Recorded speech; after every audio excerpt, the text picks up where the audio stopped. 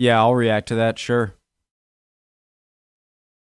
Hey guys, I don't really know what this title means. It can mean two things. Either super important British things, statements, or just super stereotypical British statements. So either one should be a good video. Hope everyone's doing well. My name's Connor. If you're new, top 10s, preemptive like. Let's go. Simon Whistler, you're watching Top 10's Net, and in the video today we're looking at the top 10 most British sentences ever uttered. The British are often stereotyped as being stoic and reserved, the kind of people who respond to poor customer service with a sternly worded letter and consider the response it's fine to be a withering insult. In celebration of British wit and understatement, join us as we discuss what we believe to be the 10 most British sentences ever uttered. Order. Number 10, the quote.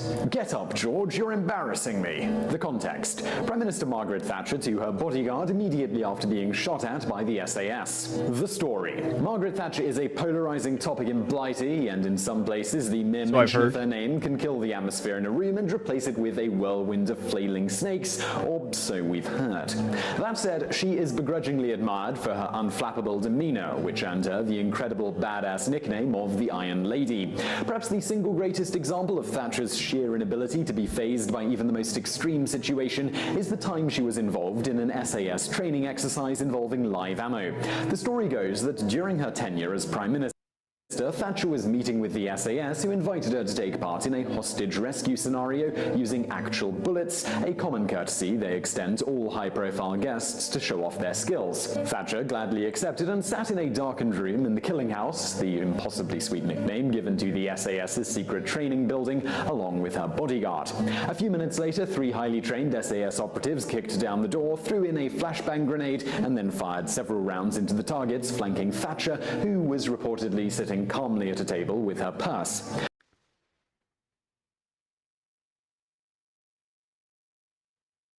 So she was actually the hostage. She was actually playing as hostage in this hostage scenario with live rounds being fired around her? The moment the SAS started firing, Thatcher's bodyguard, showing how clearly he sucked at his job, dove under the table, causing Thatcher to say what she said in a testicle-shrinkingly patronizing tone of voice. Number 9, the quote. "Chatfield, there seems to be something..." Wait, now I forget the quote. "Get up, George, you're embarrassing me." I wish they would kind of reiterate it again. "Wrong with our bloody ships today." Okay. Number 9, the quote. "Chatfield, there seems to be something wrong with our bloody ships today." The context. Admiral David Beatty, shortly after 2 of the ships under his command exploded in front of him. The story. Admiral Beatty was a highly decorated British naval figure who rose from the rank of cadet to Sea Lord. This is the highest post possible in the British Royal Navy. Beatty No, I was going to say he kind of looks like General MacArthur, but in this image, not so much. and countless commendations throughout his career. Sorry. The highest post possible in the British Royal Navy. Beatty earned countless commendations throughout his career and personally accepted the surrender of Germany's navy at the end of World War I. He is, however, best remembered for being completely nonplussed about 2 of his ships exploding. During a battle in World War I known as the Battle of Jutland, Beatty personally witnessed the HMS Indefatigable, one of Britain's biggest and most coveted guns ships, explode in the water. Less than half an hour later, while stationed on the bridge of his own ship, Beatty was approached by a nervous crewman who informed him that the Royal Navy's second best ship, the HMS Queen Mary, had also exploded.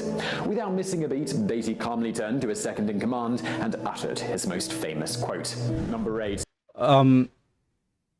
Outside of anyone who's actually in the battle at the time, it might seem a bit insensitive, but that, I mean, I haven't heard the rest of the 8, but that probably should be number 1. That's what I think of when I think of a British Army or Navy military officer, is just, and how I would love if I've never been in the scenario, but to be calm and collective. That's just kind of stereotypically British when they're in the most insane scenarios. Beatty calmly turned to his second-in-command and uttered his most famous. I really Quote. wish they would replay the quote at the end of 8, each segment. The quote, I can't wear beige because nobody would know who I am. The context. The Queen on why she wears bright pastel colours all the time. The story. Few, if any, people can truly claim to be as easily recognisable as the Queen of England, a woman who has been on so much money over the years you can see her age. Though officially the Queen has a number of rather important duties, such as approving parliamentary bills and meeting with the Prime Minister,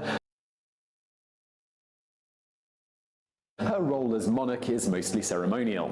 To this end, the Queen has a punishing schedule of public events where she shows her face and meets with people who don't live in a giant castle. At such events, the Queen virtually always wears a single colour, often taking the form of a pastel-coloured dress and a stupidly pimp-matching hat. The Queen's official reasoning behind this fashion choice is she believes that if she wore a less awesome colour, nobody would recognise her. Remember, this is a woman who spends most of her time in a country where her face is on every single piece of paper money issued, and she still, rather adoringly, thinks that people wouldn't know who she was sure without everyone- wearing a dress that looks like someone turned the contrast all the way up. Number 7. I'm sure everyone would know. We had a very serious evening, you know. The context. Cosmo Duff Gordon when speaking about a boat trip he took aboard the Titanic. The story. Yes, we're talking about that Titanic. According to the experts, just 706 of 2,000 or so people aboard, the exact number has never been established, survived the superliner's maiden voyage. Among them was Sir Cosmo Duff Gordon, a gentleman through and through. Upon hearing news that the ship was sinking, Duff Gordon grabbed a bottle of brandy and some cigars and made his way towards the lifeboats with his wife and secretary. Duff Gordon and his wife eventually escaped aboard a smaller lifeboat being piloted by several crewmen, whom the English dandy politely asked permission to join because being aboard a sinking ship is no excuse to forget your manners. Letters unearthed in 2012 reveal that Duff Gordon witnessed firsthand the horror of the Titanic sinking, writing that he could hear the screams of those who'd fallen overboard, and then later, a silence that shook him to his core. While the trauma he suffered on that day was unthinkable, the worst was yet to come for Duff Gordon when it was rumoured he'd bribed his way aboard the lifeboat. He didn't. During what has been described as I didn't think you'd have to.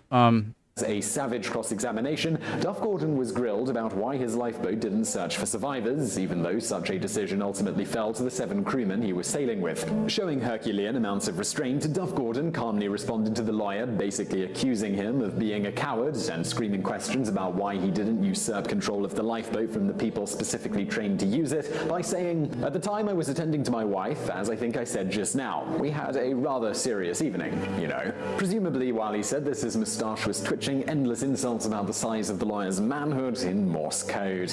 Number 6. The I don't know how I feel about that one. quote, "By God, sir, I've lost my leg." The context. Lord Uxbridge, upon noticing his leg had been blown off clean by a Classic British.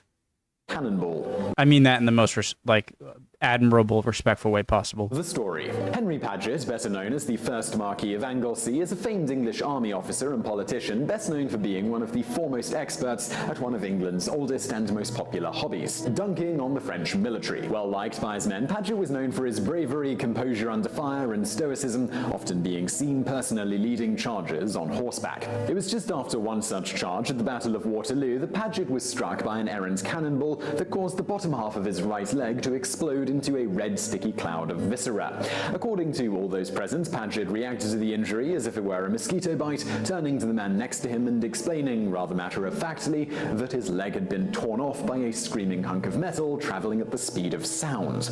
That is another example of what I see as a classic British quote. I would use both the this one right here, Chatfield, and this one right here as the most British, what I see as the most stereotypically British responses in warfare. But Paget wasn't done yet, and he continued to play down the extent of his injury, refusing to even cry out in pain when the mangled remains of his limb were being removed without anesthetic. According to his physician, the only sound Paget made during the entire agonizing procedure was to answer a nurse asking if he was okay. Apparently, Paget's only comment was that the knife being used to scrape away the bone and tissue left below his knee felt rather blunt, before once again sitting in silence. The only question after that we have is, how did Paget possibly find a horse big enough enough to carry him and his enormous balls. manhood. Number 5, the quote. By God, sir, so you have. The context. The Duke of Wellington's response to Henry Paget. The story. Yes, on the same day Henry Paget went down in history as the man who responded to having his leg amputated with a blunt knife with nothing but mild discomfort, his commanding officer similarly reacted to the frankly astonishing occurrence of a man standing 3 feet away having his leg blown off like it just noticed someone in the room had farted. Now, I'm not British, right? I'm American, and so I can't really claim there's any propaganda reasons as to why I see these things as stereotypically British officers. But I still have those thoughts. So they came from somewhere. I don't know if it's just Americans, but others I see as just British officers in history and just British military people in history just being very nonchalant about the most terrifying scenarios while dressed very nicely and speaking in pretty level tones. Like Paget, the Duke of Wellington was well known for his stony demeanor and his diamond-like testicle fortitude, earning him the nickname the Iron Duke. Wellington was similarly respected by his men for his commitment to a Spartan military lifestyle, with the Duke insisting on dining on the same rations as his men and opting to sleep on a standard-issue military cot, even though his rank and social status would have allowed him to eat fresh swan necks every day if he really wanted to. According to history books, the Iron Duke is said to only have ever dropped his stony facade once upon hearing that Napoleon had abdicated. Upon hearing this news, the Duke is said to have giddily clicked his fingers, spun around on the spot, and danced an excited flamenco. Well, that just goes to show you how it's a state of mind about during wartime, and as soon as the war seems to be coming to an end, then you release the facade. Just gives more credence to the realness of it. Before instantly resuming a dignified, statue-like pose, as if nothing had happened. Number 4, the quote. We are still open for business, more than usual. I feel like a lot of the stoic nature of officers in Napoleonic Wars is to defeat Napoleon, and so if it's all in service of doing that, when you hear it was done, I don't blame him for faltering a little bit, and in fact, it makes him seem more real. Number 4, the quote. We are still open for business, more than usual. The context. Sign placed in British stores that had been hit by bombs during the Blitz. The story. During World War II, one of the things Hitler had a real hard-on for was crushing the morale of the British, something he hoped to accomplish by tasking the Luftwaffe with bombing the ever-loving crap out of major British population centres for 2 years straight, a time in history known as the Blitz. Although the Nazis succeeded in levelling a significant percentage of Britain, the British populace went about as if everything was totally fine. Workers finding their offices had been destroyed would pull their desks out of the rubble and do paperwork in the middle of the street, housewives would gossip about raids like the weather, and stores continued to sell produce even if they didn't have roofs. In keeping with the self-deprecating nature of British humour, such stores would advertise the fact that they were still open by telling the public that they were simply more open than usual, which is apparently the British way of saying missing half a roof. Number 3, the quote. I told you I was it. Part of what makes all of this so awesome is that a lot of people think of the British as being just very civilized and very fancy and upright, and so when they're hit with something that you would expect someone of that nature to freak out and they don't freak out, it's almost doubly effective in the eyes of bystanders or just people witnessing them from across an ocean, you know? The context. What? The roof. Number 3, the quote. I told you I was ill. The context. The proposed epitaph for Spike Milligan's tombstone. The story. Spike Milligan was a comedian known throughout Britain for his surreal and often black humour. Considered to have been one of the key influences behind Monty Python and held in high regard by the entire British comedy scene, Milligan is often referred to as the comedian's comedian. Even in his twilight years, when he was plagued by a host of health problems, Milligan continued to crack jokes at his own expense, the most famous of which was an offhand remark he made about his desire to have his tombstone bear the epitaph, I told you I was ill. When he passed away in 2002, his family, in accordance with his wishes, actually tried to buy a tombstone with that joke on it, but the people in charge of the graveyard didn't feel it was appropriate and told the family to change it. After some consideration, Milligan's family simply decided to translate the phrase into Irish and put that on the tombstone instead. And speaking of funerals, number 2, the quote. Always look on the bright side of life. The context. The most popular song played at British funerals. The story. Despite having the word fun right there in it, funerals are often anything but, what with all the crying people and fistfights that break out. British people seem to be a curious exception to this rule, with it being noted that the Monty Python song, Always Look on the Bright Side of Life, is the most popular song requested at funerals. What makes this particular song choice so deliciously hilarious is that it took the top spot away from actual religious hymns, which had, prior to 2014, been the most popular final song requested by the deceased. So, moments like stories like this show you just how important, show me, I shouldn't speak for everyone, just how important comedy is to everyone. We all laugh at it and sometimes take it for granted, but it's such a crucial aspect of overall happiness, and especially in hard times. just to clarify, in Britain, the most popular song played at funerals is one that was intentionally written as an ironic piss take for a film, The Life of Brian, poking fun at the idea of... This is another thing, is that the British, I feel like I'm going to repeat myself, the British have an attitude towards them that is different than American attitudes in comedy. Comedy is that American comedy often exaggerates good, and British comedy makes fun of the bad. And if I got to choose one, I'll choose the latter. So, of religion, about remaining calm and collected in the face of adversity, and it took the top spot away from a genuine, sentimental religious hymn. If you needed any more proof that the British don't even pretend to give a crap, the song is also popular at football games when one team is losing, and was once sung by an entire ship as it was sinking. Number 1, the quote. "We have enough time to finish the game and win." Would you rather everyone be hysterical? Like, anyone who questions that, I would ask, would you rather everyone be hysterical and crying for their lives and cause everyone else to go into a panic? If you're going to go down either way, it seems like that would be the more humane way. You know.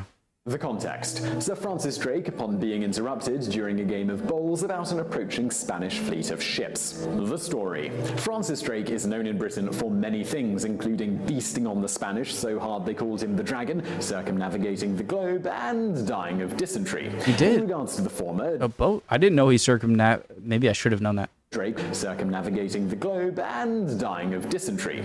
In regards to the former, Drake was a key figure in defeating the Spanish Armada, a massive fleet of ships that attempted to invade England in 1588.